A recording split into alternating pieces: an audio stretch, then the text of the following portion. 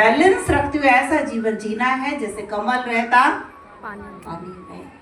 और हम लोग क्या सोचते हैं, वहां जाएंगे तो घर छूट जाएगा, लेकिन घर को कैसे बहुत अच्छे से चलाना है, घर के वातावरण को कैसे अच्छा रखना है, घर को मंदिर कैसे बनाना है, उसकी विधि यहाँ बताई जाती है।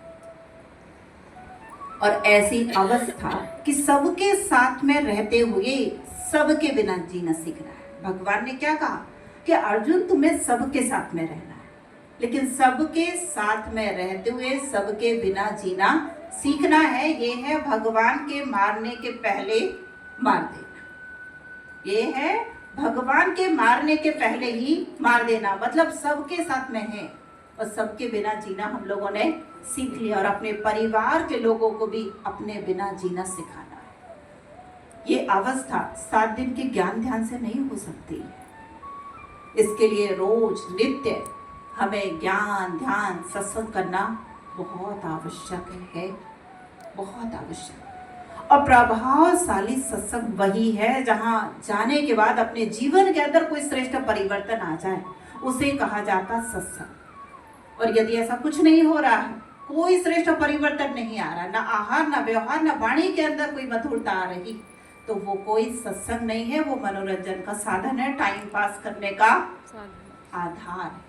आज हम लोग क्या करते, झांझ मंजीरा बजाए, थोड़ा डांस किया, थोड़ा गाया, थोड़े आंसू बहाए, थोड़ा हंसा, घर चले गए। जीवन के अंदर कोई परिवर्तन तो दिखाई देना चाहिए ना। हमारे धर्म ग्रंथों, धर्म शास्त्रों, पुराणों के अंदर भिन्न भिन्न रीति, कहीं कथाओं के माध्यम से, कहीं कोई प्रसंग के माध्यम से हमें यही समझाया जा रहा है कि सबके साथ में रहते हुए सबके बिना जीना सीखना है।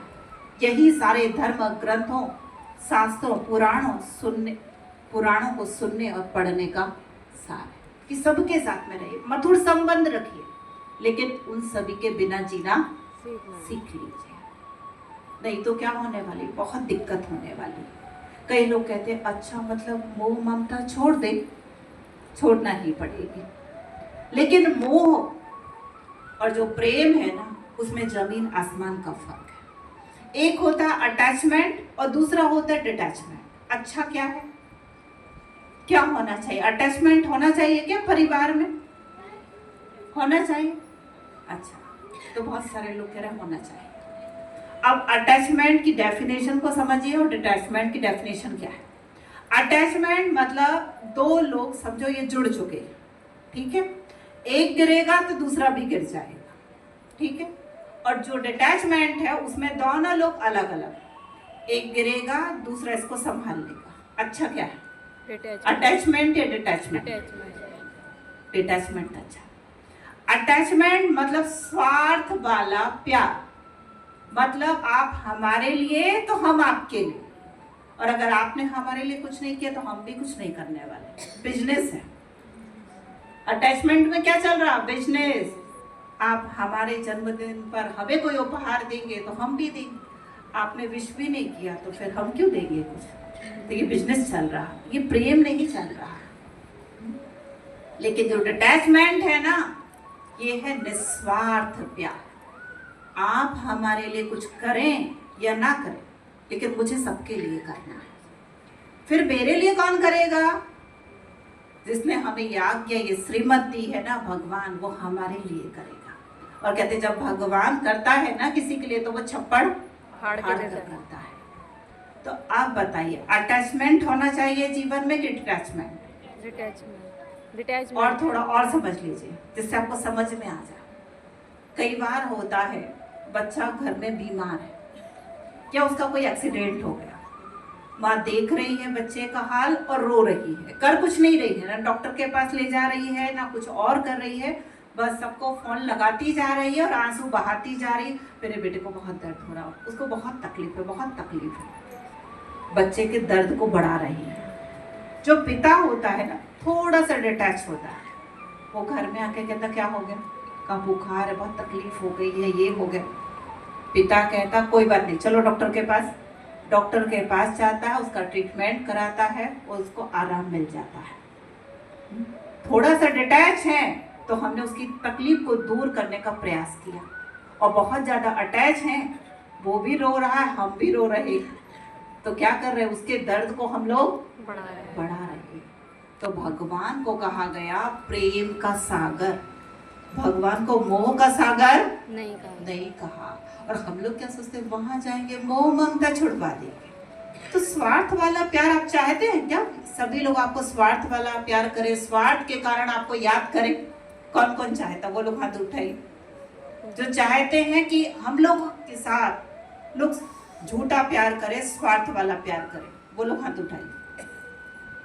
स्वार्थ वाला प्यार चाहता कोई? क्या चाहते? निस्वार्थ प्यार। क्या कहते हैं, हमको सच्चे साफ वाले लोग अच्छे लगते। खुद कैसे हैं? छली, कपटी, स्वार्थी सब हैं, लेकिन चाहते हैं कि हमें व्यक्ति जो मिले ना वो बिल्कुल निस्वार्थ भाव वाला मिले, सच्चा साफ मिले। तो इसीलिए भगवान हमें सिखा रहा है सबके साथ में रहिए, लेकिन सबके बिना जीना सीख लीजिए। परंतु आज वर्तमान समय कोई दुकान को पकड़ के बैठा हुआ है, कोई मकान को पकड़ के बैठा, किसी कोई इंसान को पकड़ के बैठा हुआ है कि नहीं, इनके बिना नहीं रह सकते। जैसे अभी शादियों का समय चल रहा है और किसी के घर में समझो एक सुंदर सी बहू आई, बहुत सुशील है, बहुत गुणवान है, हम कहते चंद्रमुखी आ गई है। कोई भी पूछता आपकी बहू कैसे, बिल्कुल चंद्रमुखी है, चंद्रमुखी।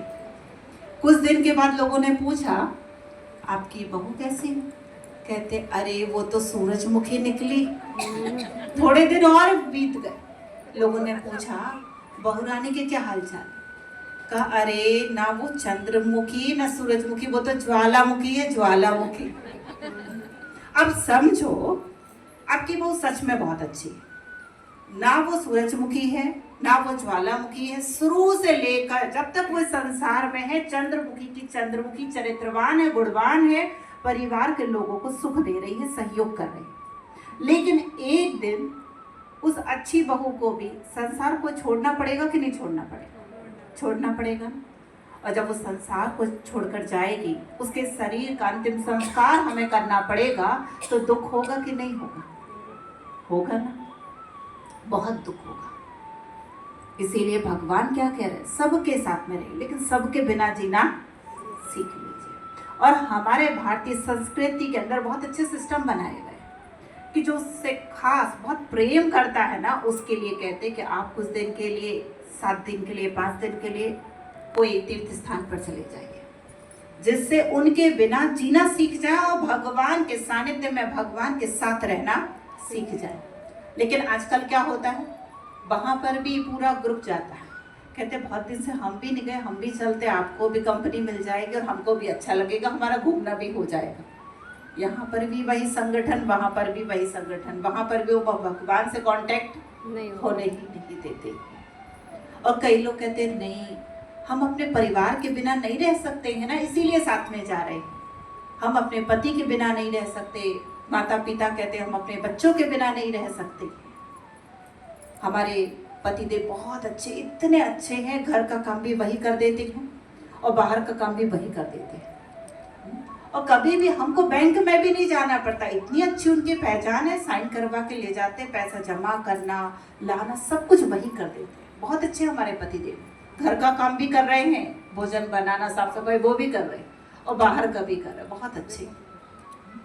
बच्चे कहते हैं हमारे माता पिता बहुत अच्छे, भोजन तैयार करके वही देते हैं, पानी की बोतल भी भरकर वही देते हैं, जूते में पॉलिश भी वही करते हैं।